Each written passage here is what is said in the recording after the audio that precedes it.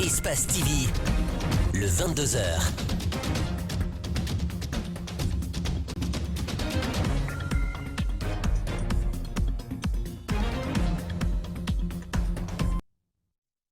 Merci à toutes et à tous de nous préférer sur Espace TV. Bienvenue dans le 22h, dont voici les principales articulations.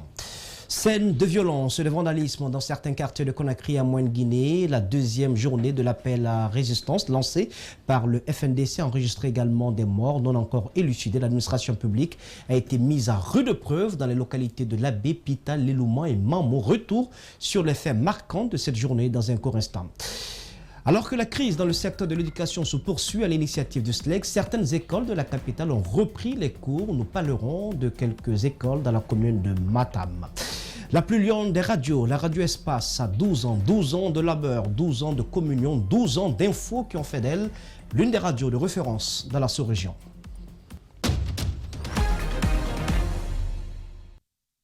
Merci à toutes et à tous de nous rejoindre. Nouvelle journée de violence dans certains quartiers de Conakry et des villes de l'intérieur du pays. À Conakry, un enfant, la dizaine, a trouvé la mort dans des circonstances non encore élucidées. Mais les interprétations vont bon train. Selon les témoins sur place, la victime aurait reçu une balle d'arme à feu à la tête. Mais le ministère de la Sécurité et de la Protection civile s'est fendu d'un communiqué dans lequel il soutient que contrairement aux images et à la propagande sur la toile faisant état de la mort d'un enfant atteint à la tête par balle, il s'agit plutôt d'un jeune du nom d'Aboubacar Fofana qui ramassait de la ferraille et qui a été victime de l'explosion d'un objet sur lequel il a mis le feu. Il a été conduit à la clinique Mariam Esther de Sonfonia pour des soins. Nous reviendrons sur cet élément dans nos prochaines éditions d'information. Et puis dans le même sillage, toujours selon le communiqué du ministère de la Sécurité, dans la commune urbaine de Pita, les locaux de la gendarmerie territoriale et le commissariat central de police ont été lapidés, saccagés et incendiés par les manifestants à Timbi Madina. Tous les agents de l'administration ont été chassés de la commune rurale par des manifestants. Dans la commune urbaine de Lélouman, par exemple, les manifestants ont tenté d'attaquer le siège de la préfecture en vain grâce à la résistance opposée par les forces de l'ordre. Un policier blessé par balle, le commandant de la gendarmerie territoriale et le commissaire central de police de Lélouman blessé par jet de pierre. Aux dernières nouvelles, la résidence du préfet a été saccagée. Il serait en fuite. Dans la préfecture de Dalaba, située à quelques kilomètres également, des violences ont éclaté ce mardi. Dans la préfecture de Labé, la situation est restée tendue. Des accrochages entre jeunes et manifestants et forces de l'ordre se poursuivaient dans la journée de ce mardi. De nouvelles scènes de violence ont éclaté dans la ville et nous apprenons qu'une nouvelle victime a été enregistrée. Il s'agirait d'un jeune d'une vingtaine d'années. L'information a été confirmée par le député uninominal de Labé, mais aux dernières nouvelles, le ministère de la Sécurité n'a pas encore confirmé cette information. Sali Belalisso nous donne quelques petites précisions. C'est des violences de nature condamnable parce que ce n'est pas ça l'esprit que nous voulons inculquer aux gens. En ce qui concerne ce qui s'est passé au tribunal hier, nous n'allons pas chercher loin parce qu'on avait suivi la déclaration du monsieur le gouverneur, en l'occurrence Madi Ndiané, le 4 janvier. Il avait ordonné à ces hommes de sortir lors des manifestations et que lui, il va endosser la responsabilité de tout ce que ces gens-là vont faire sur le terrain. Donc, ce qui s'est passé au tribunal hier, nous estimons que c'est le retour du complot permanent, comme vous le savez. Donc, on ne peut pas comprendre qu'on envoie toute l'armée, tout le camp, au sein du tribunal, et qu'il y ait incendie là-bas et que le mur arrive à tomber. De quelle manière? Parce que vous ne pouvez pas me dire que ces manifestants-là ont pu repousser toute l'armée qui était dans la ville de Labé. Il s'agissait donc du coordinateur local du FNDC qui a été interrogé par Sali Bilali-So. Il faut rappeler que dans la journée d'hier, le domicile de la famille d'un gendarme accusé d'être l'auteur de l'assassinat d'un autre jeune a été attaqué par des jeunes en colère, toujours à la baie. Après vérification, il en ressort que l'adjoint-chef Ibrahim Ansori Camara, communément appelé Cantona, n'était pas à la baie lors de ses mouvements, mais à Conakry depuis le week-end dernier. Une information confirmée par le syndicat du transport mécanique général de l'AB qui l'a embarqué et par sa hiérarchie, en l'occurrence le général Ibrahima Baldé, qui a même fait des photos avec le gendarme en question, histoire d'illustrer qu'il était bel et bien à Conakry au moment des faits. Nous poursuivons cette édition d'information. La journée d'hier a enregistré des échauffourées à Conakry où les activités économiques ont tourné au ralenti. Plusieurs endroits sont restés ainsi paralysés à l'appel du Front national de défense de la Constitution. Mamadou Saliouba, Ibrahima Souman ont fait un tour dans la commune de Ratoma pour le constat. Kipé, 11 heures. Ici, c'est comme si de rien n'était. La circulation, le commerce, tout est au beau fixe. Tout comme à Nongo ou encore à Lambani où on ne voit aucun signe de manifestation.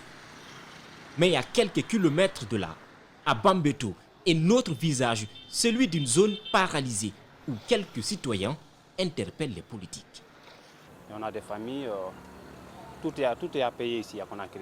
Donc je crois que le gouvernement doit se ressaisir, essayer d'appeler le FNDC et voir comment négocier et surtout le professeur Alpha Condé, il doit clarifier sa position. Parce que je crois que tout le problème là tourne autour de ça.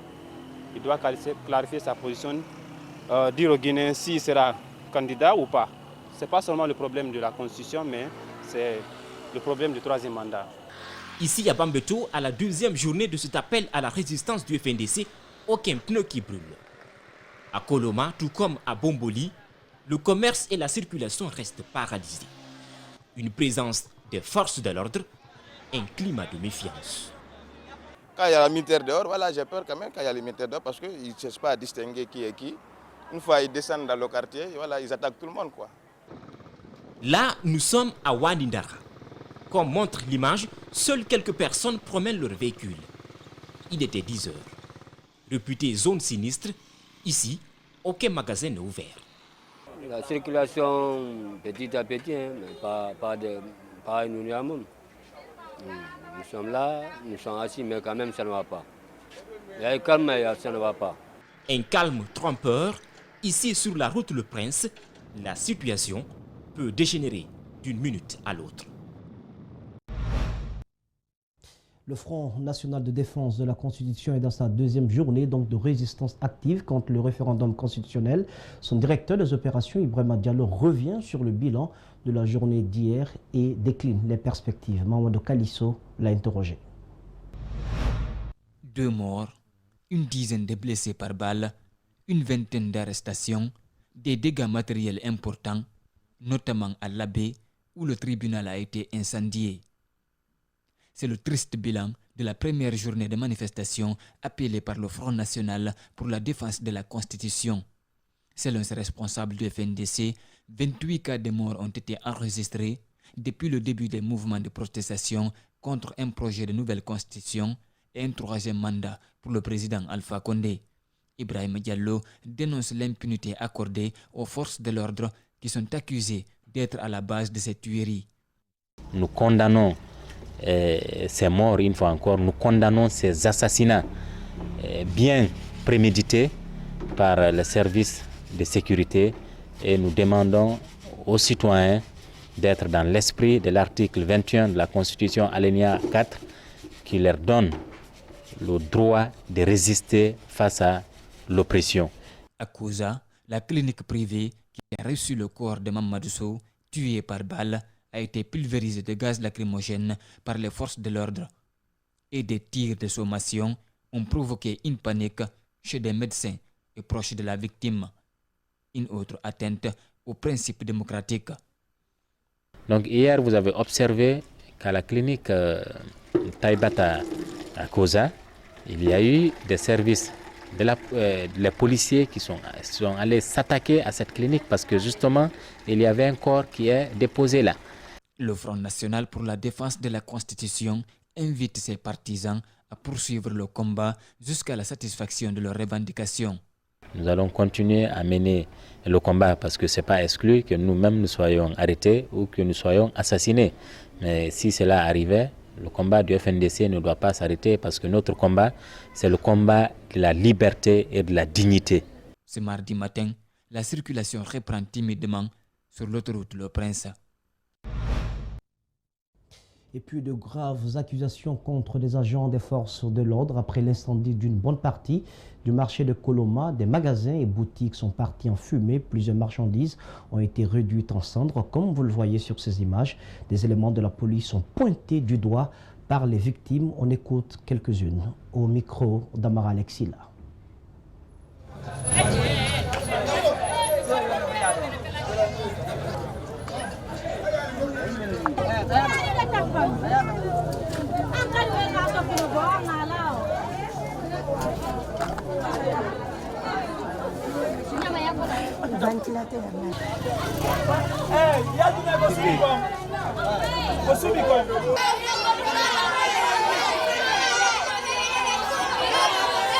Que je vais rencontrer, puisque ce que je vis ici, là, vraiment, c'est dommage. Le comportement des forces de l'ordre, vraiment, c'est dommage. Ce n'est pas comme ça qu'on doit se comporter. Même les gens qui n'ont pas en tenue, ils se comportent bien, comme les forces de l'ordre comportent mal que la population guinéenne. Je ne sais pas, regardez, un force de l'ordre qui doit protéger le bien des gens, c'est lui qui vient brûler les marchandises des gens, à casser les vitres des véhicules, les parcs des véhicules des gens, bien casser de ça. Vraiment, c'est dommage, mon frère, dans le pays, vraiment.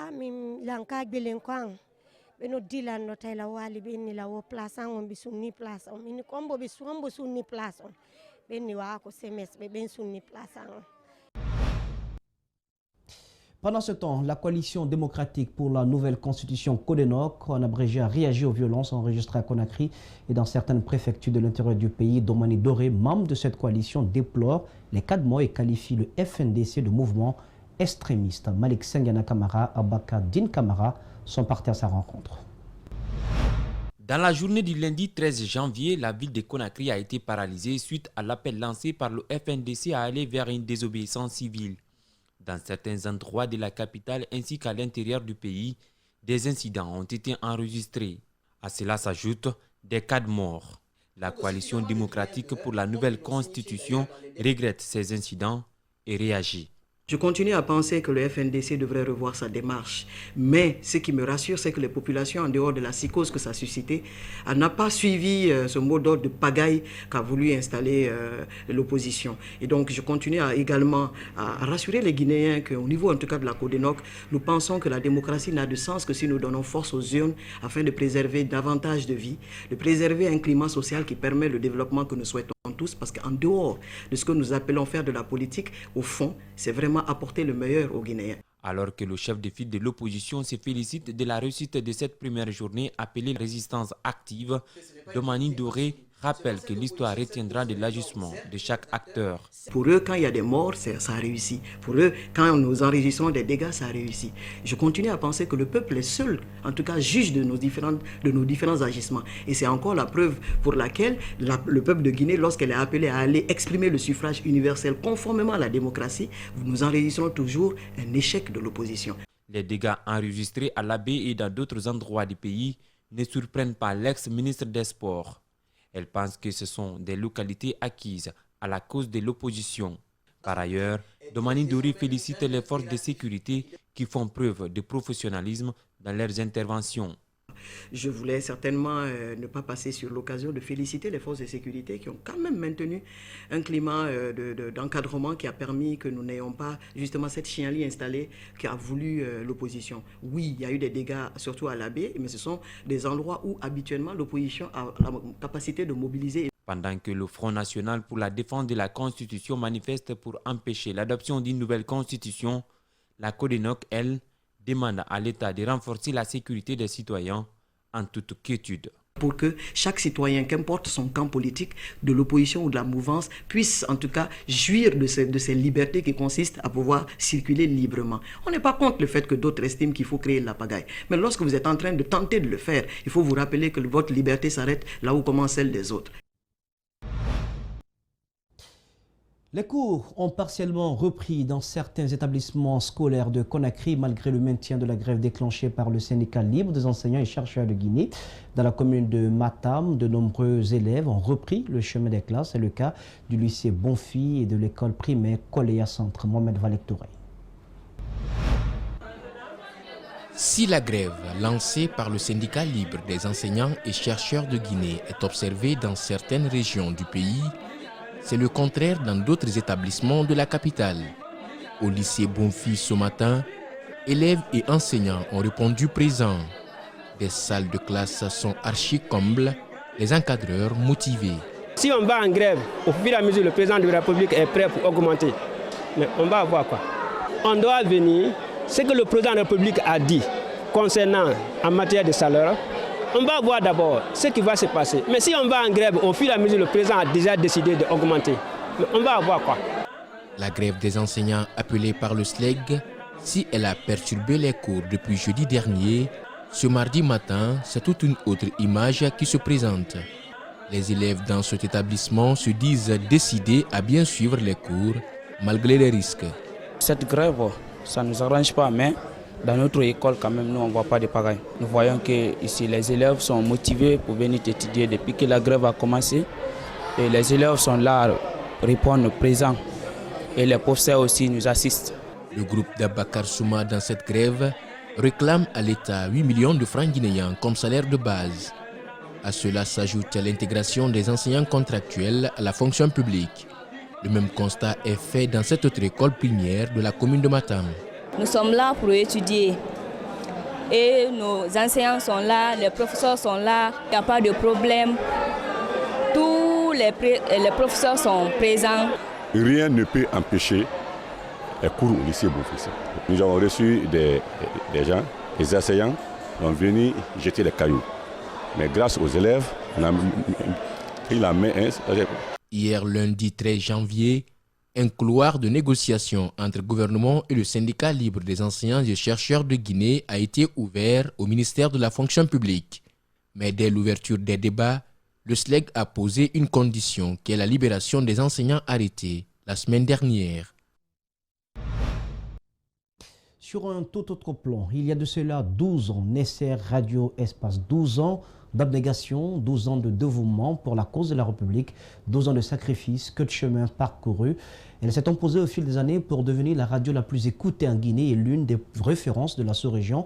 Compte tenu de la situation socio-économique du pays, il n'y a pas eu cette année de célébration, mais les travailleurs se souviennent du chemin parcouru. Ouminato Sidibé, Yacouba Traoré.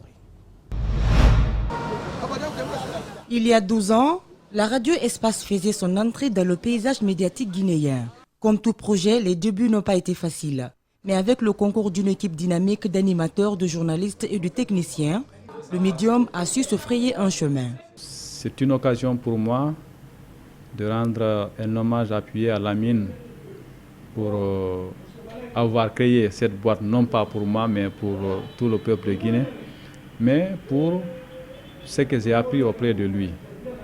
La rigueur, l'honnêteté, la détermination, toutes les bonnes qualités qui puissent faire qu'un travail soit accompli et bien accompli.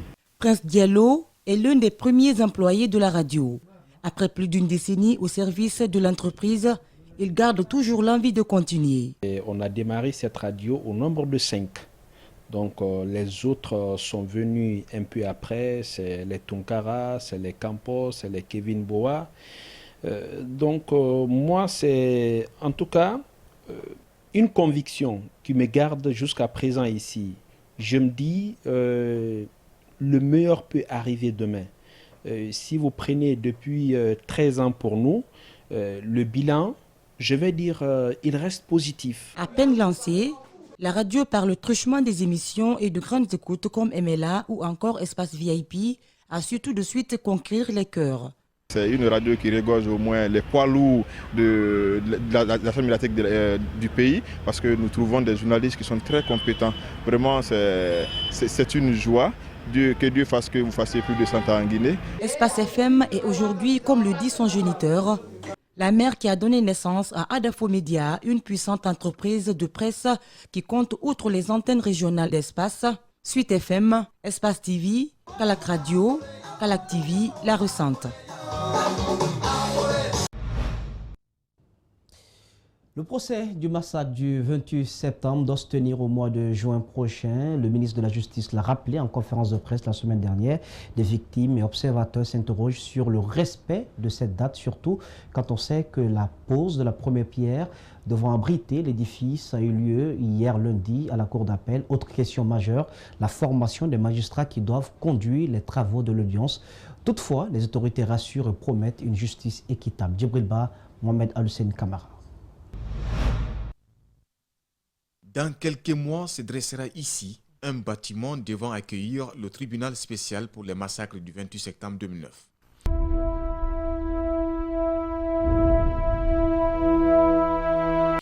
Le 28 septembre 2009, jour historique pour les victimes qui attendent toujours un procès. Les autorités, 10 ans après, tentent de rassurer par le lancement des travaux du lieu. Ce procès, faut-il le marteler encore, doit rester juste et équitable pour toutes les parties directement impliquées dans l'affaire du 28 septembre 2009. Je rassure toutes les victimes que l'État sera à leur côté. À l'occasion de la pose de la première pierre de cet édifice, le Premier ministre Kassory Fofana renchérit en ces termes pour dire que de nombreux efforts ont été consentis.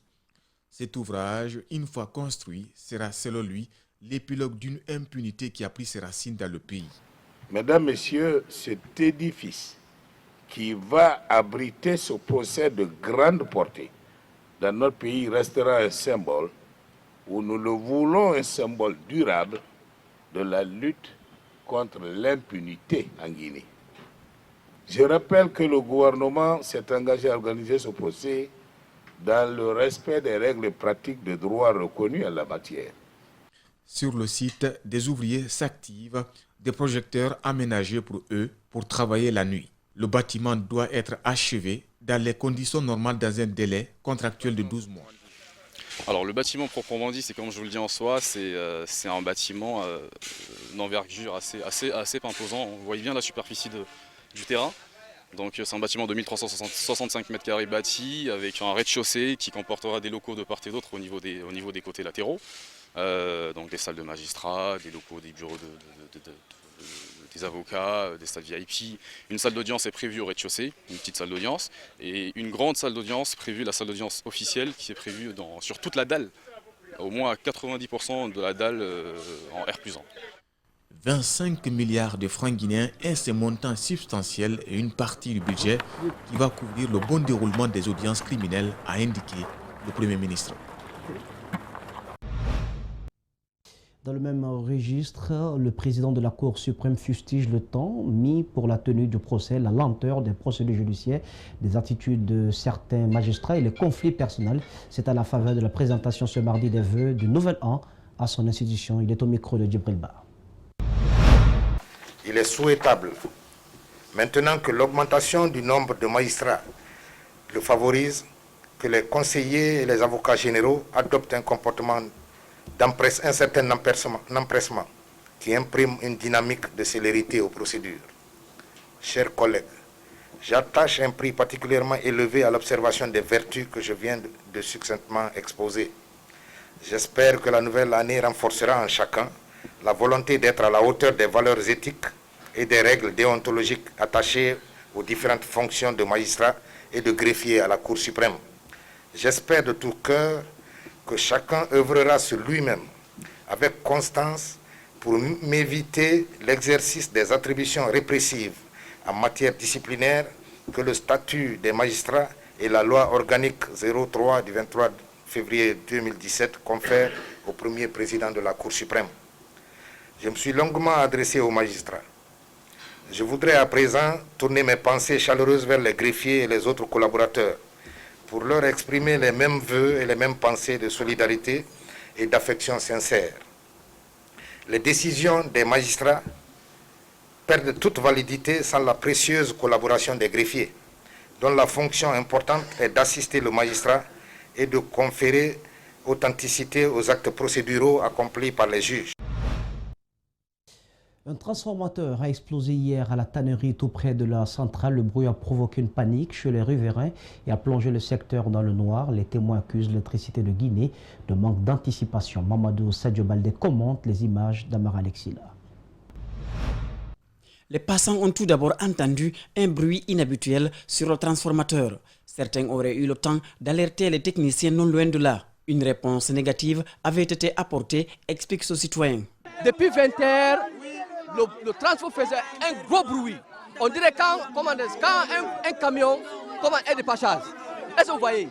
Donc après, mon voisin est parti dire aux gens de l'EDG. Il dit, ah, vraiment mon frère, il y a notre transport qui fait le bruit ici. Il dit, c'est pas leur travail. C'est ça qu'il dit. Il dit, lui, c'est pas son travail. Il dit, bon, maintenant, donne-moi le numéro de ceux qui font le travail là. Ils disent qu'ils n'ont pas le numéro. Il a failli de peu, les habitations n'ont pas pris feu. Cette panique, Mohamed Fofana l'impute à l'EDG. Le transport s'est éclaté. Moins 5, sinon toutes les maisons de la 3 là vont se brûler toute la nuit là. Vous voyez? Voilà, c'est ça. Donc l'EDG ne fait pas son travail. L'EDG ne fait pas son travail. On souffre ici tellement. Merci. Même quand le fil coupe ici, c'est nous qui contribuons notre argent ici pour acheter nos fils pour faire le branchement ici. Les sapeurs-pompiers, c'est l'autre service qui n'a pas été prompt dans l'intervention, accuse les témoins. Il a fallu que les jeunes du quartier prennent le risque de s'attaquer au feu. Ça fait le panique total dans le quartier. Hein? Ça fait le panique total. Vous avez vu, les gens n'ont pas pu s'approcher en ce moment. On n'a pas vu les sapeurs-pompiers aussi. Dès qu'il y a eu l'incendie, les sapeurs-pompiers ne sont pas venus. C'est les gens du quartier et la jeunesse du quartier qui se sont mobilisés vraiment à éteindre le courant. Comme vous le voyez sur ces images, des techniciens venus tardivement tentent d'inspecter les lieux pour s'assurer que le danger est circonscrit. 24 heures après la conférence de presse du ministre de la Ville et de l'Aménagement du Territoire, le collectif des DRP de Kapororaï réagit et apporte un démenti aux propos d'Ibrahima Kourma. Le collectif affirme détenir des actes prouvant que le domaine leur appartient, des arrêtés signés par des anciens ministres de l'Habitat. Le collectif des DRP indique qu'une conférence de presse sera organisée ce vendredi pour brandir toutes ces preuves. Alseni Bari, Amara Alexila. Dans sa conférence de presse du lundi, Ibrahima Kourma a affirmé que les occupants de Kapororaï n'avaient brandi aucun document attestant que le domaine leur appartient en vue d'être dédommagés à Kipé 2 et à Kapororaï. Faux, rétorque le collectif des déguerpis de Kapororaï, Kipé 2 et Dimès. Nous avons brandi des preuves. Ces preuves, ce sont ces arrêtés délivrés par El Hadj Moussa Diakité, ministre de l'Habitat et de l'Urbanisme et des Domaines en 1983. Par le brigadier chef, des documents délivrés par le brigadier chef Kerfala Kamara en 1985.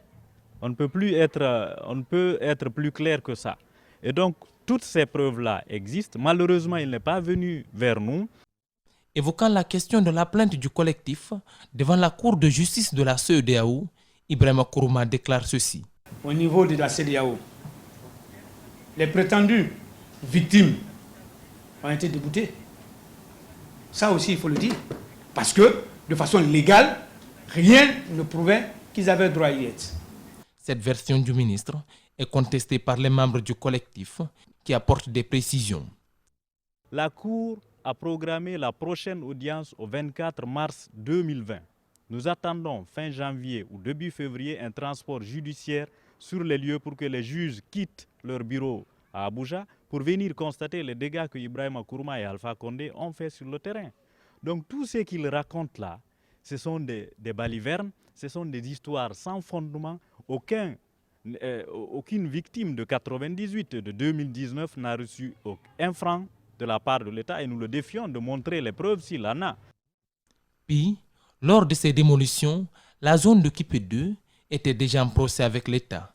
Le collectif des déguerpis de Kapororaï promet une conférence de presse ce vendredi en vue de brandir les preuves de leur argumentation. L'Afrique continue de susciter de l'intérêt et la Grande-Bretagne aussi se lance dans sa conquête. Un sommet de l'investissement en Afrique doit se tenir le 20 janvier prochain à Londres. La rencontre a pour but de renforcer les liens de coopération et de partenariat entre la Grande-Bretagne et 23 pays africains invités. Une forte délégation guinéenne à la tête le président Alpha Condé a attendu. Les explications sont signées de Mohamed Damaro Camara et Tierno Sadobar. La Guinée et 22 autres pays africains sont attendus à Londres à partir du 20 janvier prochain à la faveur d'une rencontre internationale sur l'investissement en Afrique.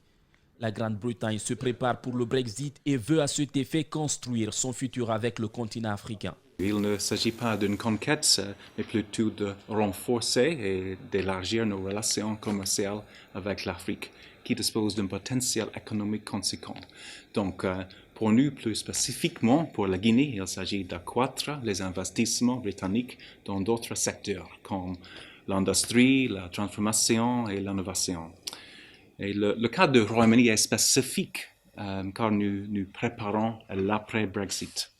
De ce fait, nous comptons élargir notre partenariat avec l'Afrique. Le sommet de Londres permettra le renforcement des liens commerciaux entre l'Angleterre et la vingtaine de pays africains invités, et ceci à travers la mise en relation entre les investisseurs britanniques et le secteur privé africain. La Guinée va en tirer profit. Le sommet va permettre au raffermissement entre la Guinée et le Royaume-Uni qui va résulter plus de commerce et d'échanges de technologies entre nos deux pays. À ce sommet, plus de 20 entreprises privées guinéennes sont invitées et nous espérons qu'ils vont instaurer de fortes relations avec les entreprises britanniques dans le but de construire un vrai partenariat dans leurs domaines respectifs et les encourager à venir investir en Guinée. En ce qui concerne la Guinée, la Grande-Bretagne n'est pas un partenaire nouveau. Le pays, avec un investissement de près d'1,5 milliard de dollars américains, est déjà présent dans les secteurs des mines, de l'énergie, de l'hôtellerie et pas seulement. C'est connu de tous que la Guinée est un pays très riche avec un grand potentiel minier, agricole et énergétique, en particulier hydroélectrique. Donc, à ce sommet, il sera une question de mettre ensemble les autorités guinéennes et britanniques, les entreprises britanniques et guinéennes et les institutions de développement pour discuter des projets qui ont besoin d'investissement. Ce sommet d'investissement est une première pour le Royaume-Uni.